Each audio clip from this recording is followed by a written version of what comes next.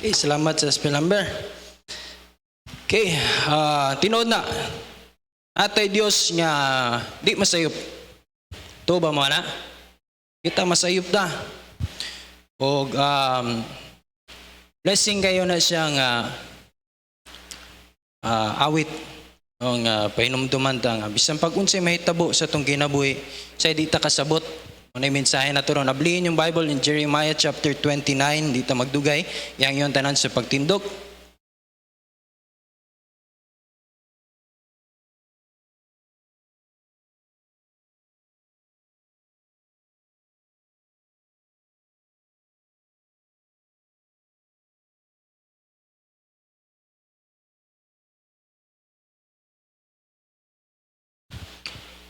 Atong basahon verse 11 lang.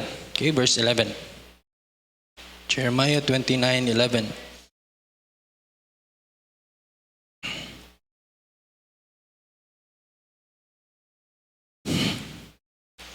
Kaya tunduhan nun sa pagbasa, ready, read.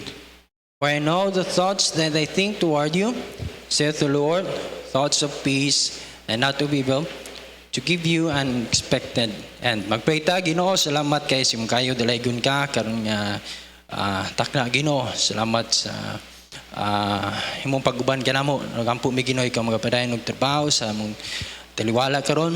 Ikaw gin magandam sa mga nauna kasing-kasing, andam Ginoo modawat sa imong sa mga prinsipyo, mga mensahe Ginoo gikan sa imong pulong amita ko nga magwali. Bless Lord matago sa in Jesus name. Amen.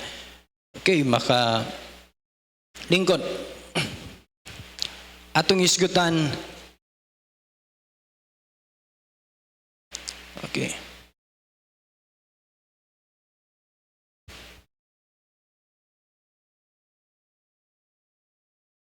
Okay, hatagal lang ta mo gamay nga background no sa atoang text karon. Ani nga time sa verse 1 atong mabasa. Now these are the words of the letter that Jeremiah the prophet sent from Jerusalem to the residue of the elders which were carried away captives to the priests and to the prophets and to all the people with whom Nebuchadnezzar had carried away captive from Jerusalem to Babylon. So ani nga time ang katawhan sa Ginoo, ang mga Hudiyo nadakpan sila. No, they were captives, himo silang ulipon no sa Babylon. Og namtay kuan gyud ato pag yung basahon na yun ani nga time ang katawhan sa Ginoo discourage sila. May imagine nimo gani karon para sa mga dili oyon no sa ato ang government karon sa mga manay natay ka kuan ba di ta ganahan sa pagdala nila. Di ba sa ato pila ka tuig ipon nimo. Di ba pinakadugay ra 6 years. Di ba? O, antos ka. Okay ra, 6 years. Gilang, hindi ka human na ni. Ilisdan ni. Di ba? So, ani nga time, imagine no nimo, nadakpan ka sa usa ka nasod. Nga naay hari, nga dili, pareha, Ginoo. Ato, imagine no nimo, naaka ni nga time nila.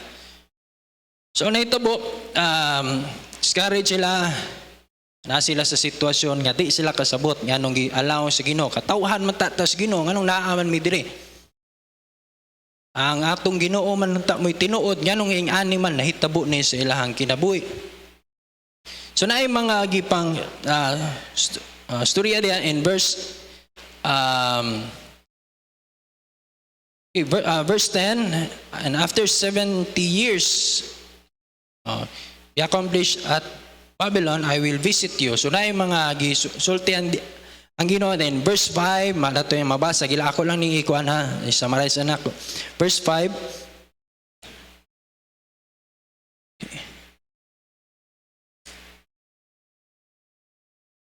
Okay.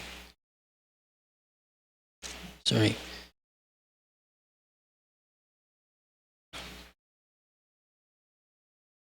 Okay, akong balikon, ani nga time,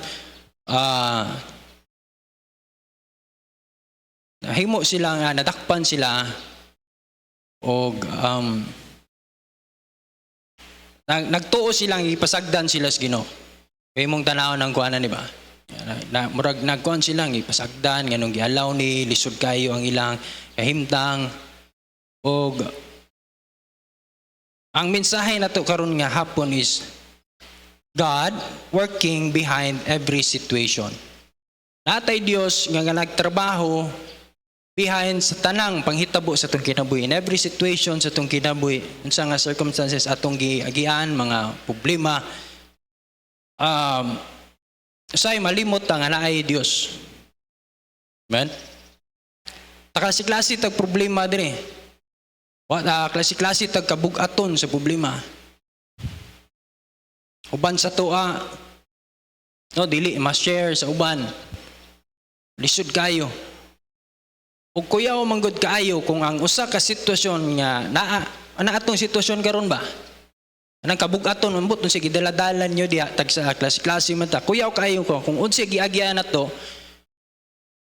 di ganita kasabot or di ganita kabalo o malimot ganita sa Dios, sa kinaiya sa Dios nga ato ang isimba. Di ta kabantay nga murag ang atong kinabuhi murag nang luod tas Ginoo. Pamo?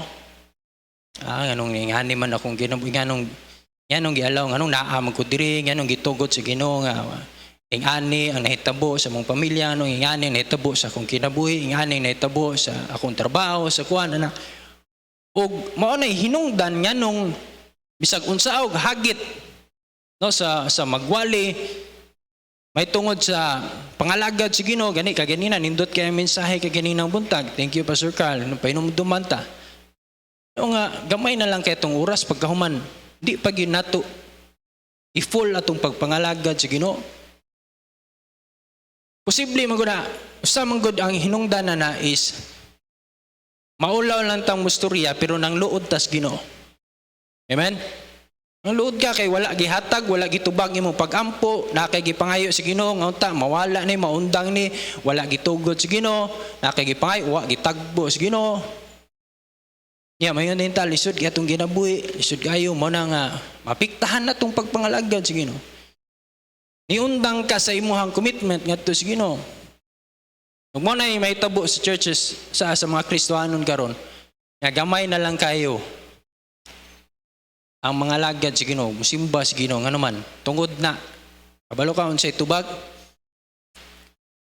tungod sa problema sa kinabuhi. Wa ta kasabot. So mo ni ato ang hinumduman tulo lang kay mga butang atong makita diri kinaya si Ginoo. Ug kamatuoran ni siya nga even today we know that God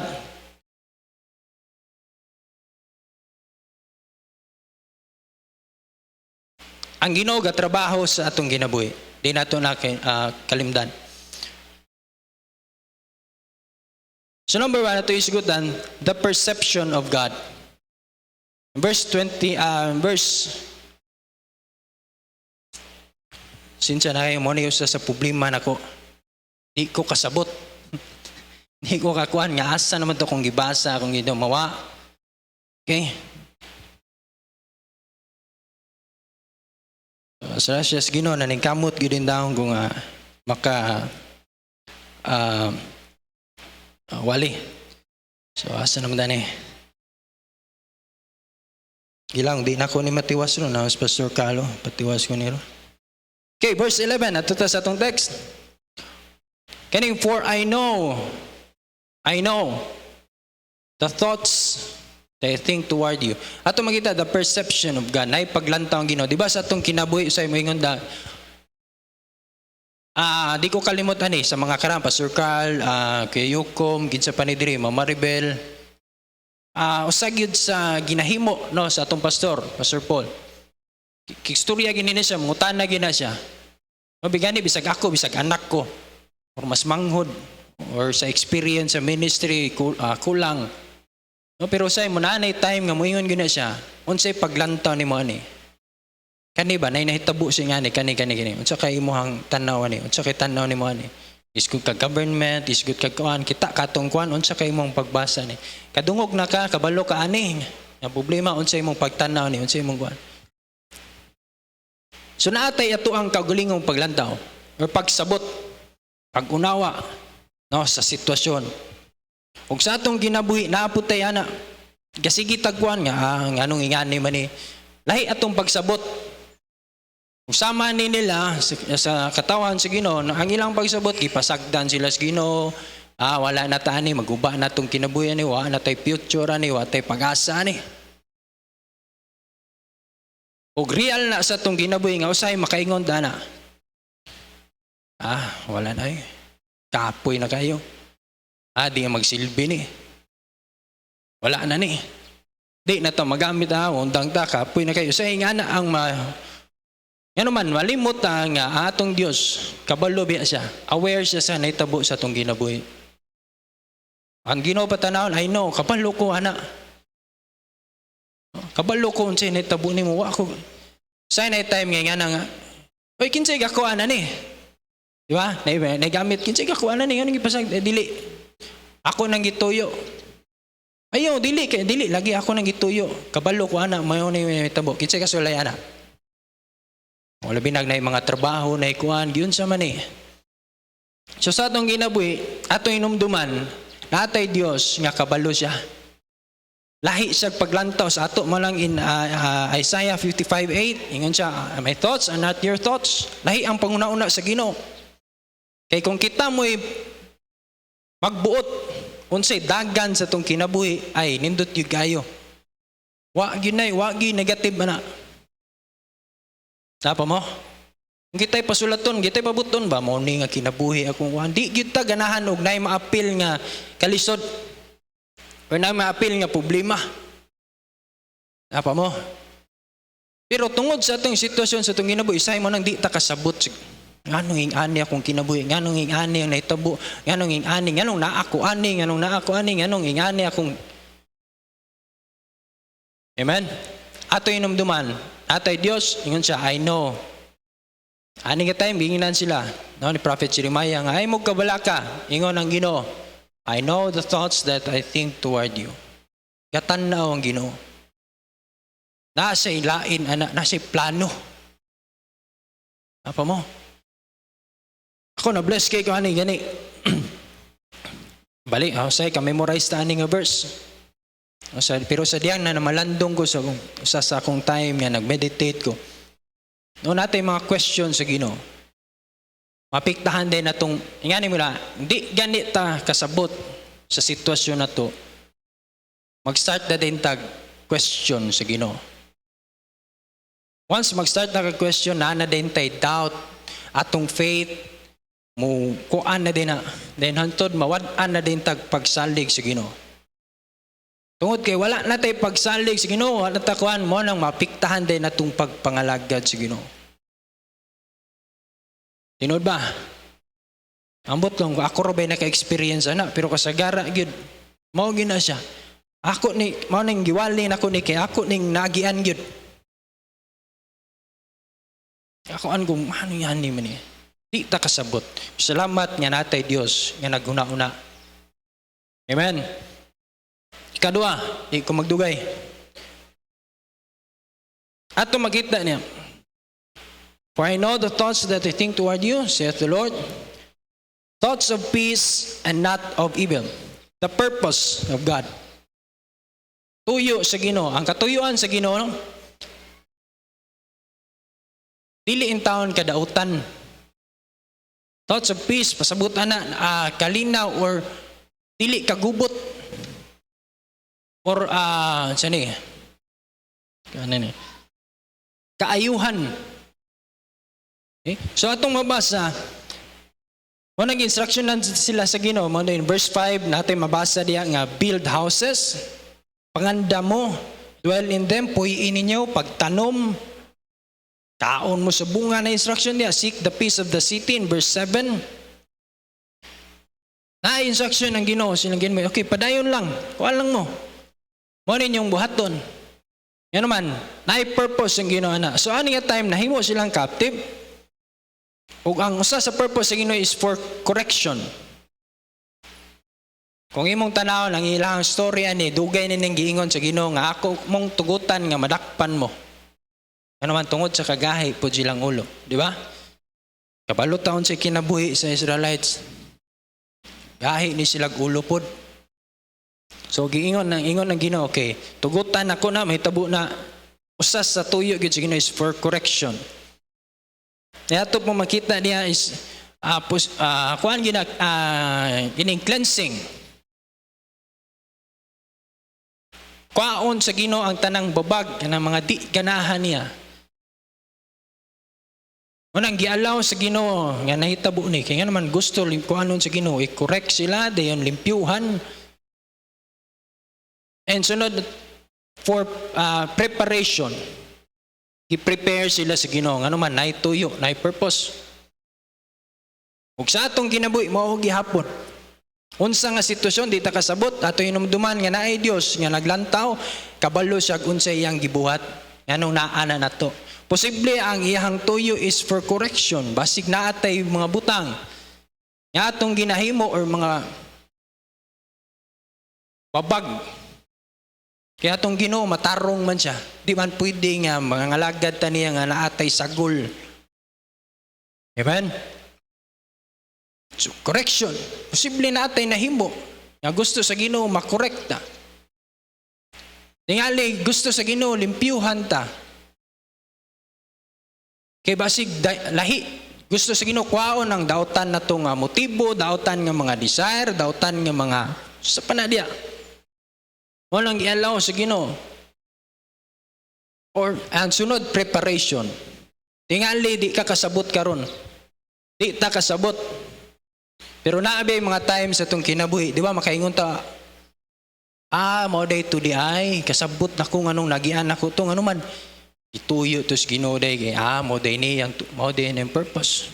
Ug sa akong kinabuhi, daghan kayo. Pero ang usahay mong god ingani, say dugay biya ta kapangita, o dugay ta kasabot, or dugay mapadayag sa Ginoo, ang tubag ba? Si purpose niya. Sa purpose niya, anong naaman eh. While nagpaabot ta, while na sige tag-pray, sige tag-kuan sa Ginoo, sa man sige trabaho ang Ginoo. God working in every situation sa itong ginabuhi, di ta kasabot. Inumduman na to, perception of God, na nasi paglantaw, nasi kuan na. Katanaw siya nimo. Tanaw siya na to. Then sunod na siya purpose. Kaayuhan, thoughts of peace and not of evil, dili in town kadautan.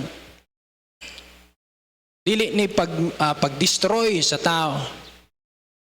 No saya tumaingon nga, pasagdan man siguro, okay man siguro sa Ginoo magupa akong ginabuhi, ngano man ang naaman nga problema.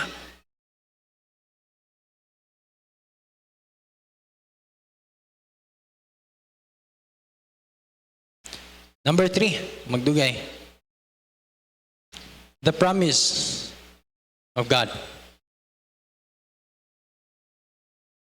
So, to give you an unexpected end. In verse 10, gingon na sa Ginoo, after 70 years, gingon in verse 10, be accomplished at Babylon, I will visit you and perform my good word toward you, causing you to return to this place. Na-promise ang Ginoo. Kung sa atong ginabuhi, daghan ba kay promise ang Ginoo? Pamo? Tingali, gialaw na si Ginoo. Lisuda ni. Gilang, na-promise ang Ginoo ka. Kung imuha nang i-endure, na-reward. Ayaw pagkaluya sa paghimo. Let us not be weary in well-doing. For in due season we shall reap if we faint not. God is not unrighteous to forget your work and labor of love. Daghan kay promise ang Ginoo. Your labor is not in vain in the Lord. Dili thank you hon sa Ginoo ang ato ang paglahutay atong lisod ang problema oy. Usahay pag yun makatagbo tag tao nga taning kanay exhortation gift gina siya kung imong tanawon sa Bible gift gina. Anong kay ngong gift man pwede man tang usahay man guno usahay kay ako nang karon nakasabot ko ana. Kaning tao nga naa ka sa mura bitaw pinakakuan si mong kinabuhi kay makaingon gyud sensitive kay na. na mga approach na dili pwede istorya ni mo sa taong na problema. Apa mo? Kaya kasulay dia. Itong tao problemado din. Imo bitaw inon nga, wala na mura. Say bitaw no di ba na magamit. Kasi kasulay na.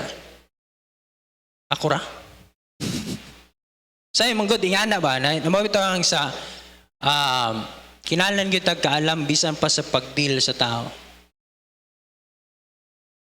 Amen. Kung apil lang na nako kay realidad man na siya. Tama na sa Bible, exhorting one another. So gisugo matas Ginoo nga magdinasigay ta. Ug naapoy time gyud nga. Okay, para madasig ang usa ka tawo kinahanglan gyud pug ka og maayo pod kaalam sa Ginoo ba unsaon paghandle. Dagan biya na wala na ni balik og simba. Wa na ning kuan nganuman.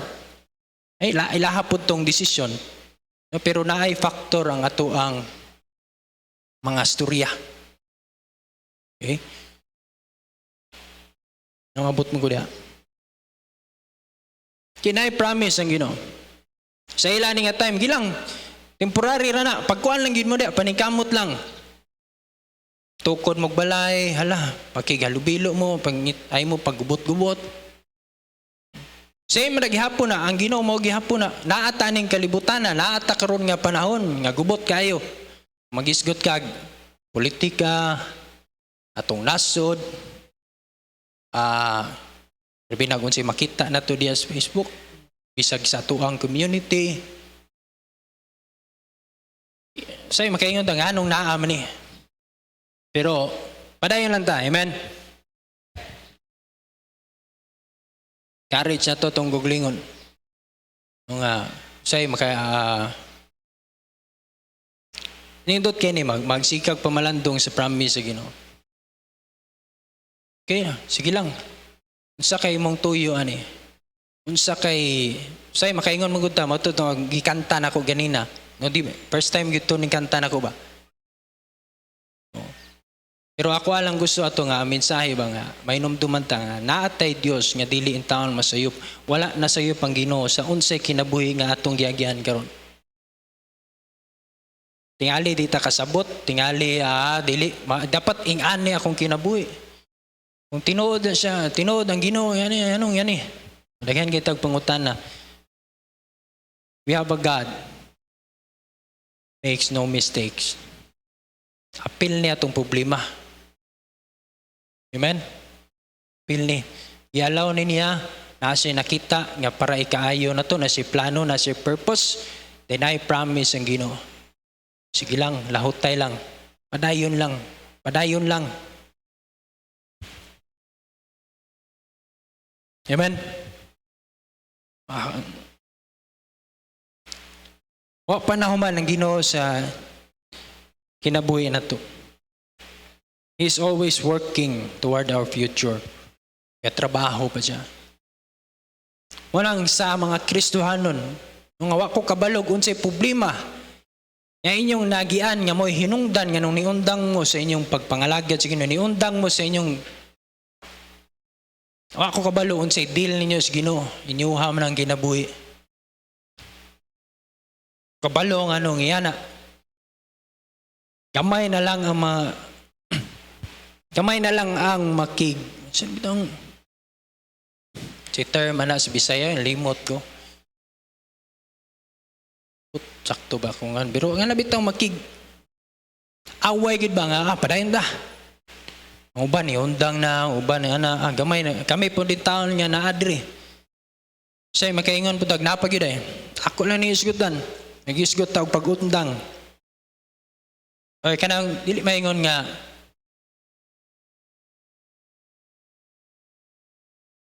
usahay kay makuha na to ba nga okay raman ang Ginoo sa mong kinabuhi.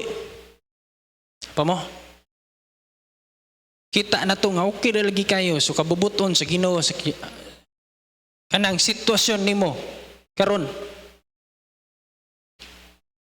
Nga gipugngan nimo ang unsay naunta nimo nga pwede untang magamit nimo para sa bulaton sa Ginoo. Say maingon ta okay raman no. Ay pag-judge okay rang Ginoo. Kung mao man ganin na istoryaha. kung kami po din tao, mga pastor, mga staff, kami po mingon nga, okay, undang kun may, okay ra pong ginawa ni. Wa biya siguro gyud tay kaluwasan karon. Kung mao na mentalidad sa unang panahon. Apa mo? Kung ang tanang Kristohanon pariha na to. Nga ialaw na to, mao mo gani ako nagian, ingani biya ko sa una pero tungod manggod sa problema, tungod sa kuan mo nangingani na lang ko. May gani no kay dili na mo mindset sa mga Kristohanon sa una. Sa mga pastors sa una. Hantod karon naabtan ta. Manang kung unsa man gani gituklod bitaw sa Ginoo diha nimo, pagamit dire hala iko ana. Ang verse pod ganina sa tuang scripture reading no ni Preacher Chamel. Ya kita gibuhat ta sa Ginoo for para sa iyang pleasure. Maghatag tag kalipay sa Ginoo, maghatag tag himaya sa Ginoo. Mao gyud ta nag-design sa tong kinabuhi pero tungod kasagara gyud na labi na sa mga people ngano ni undang man to, ngano nawa man. Church members ngano man ani. Mao mo gani ang problema, mao ni ang problema. Giapil na to ang ministry, giapil na tong Ginoo sa atong pagpangluod.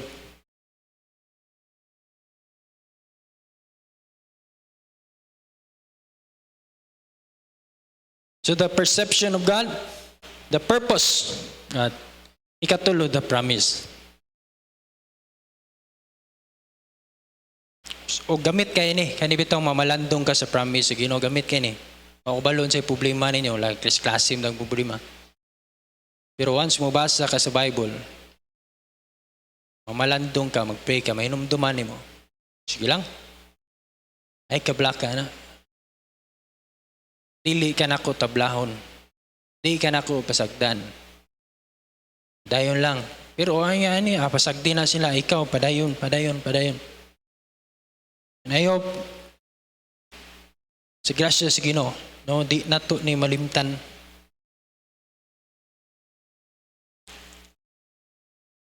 Ingon ang Ginoo, I know, kabalo siya.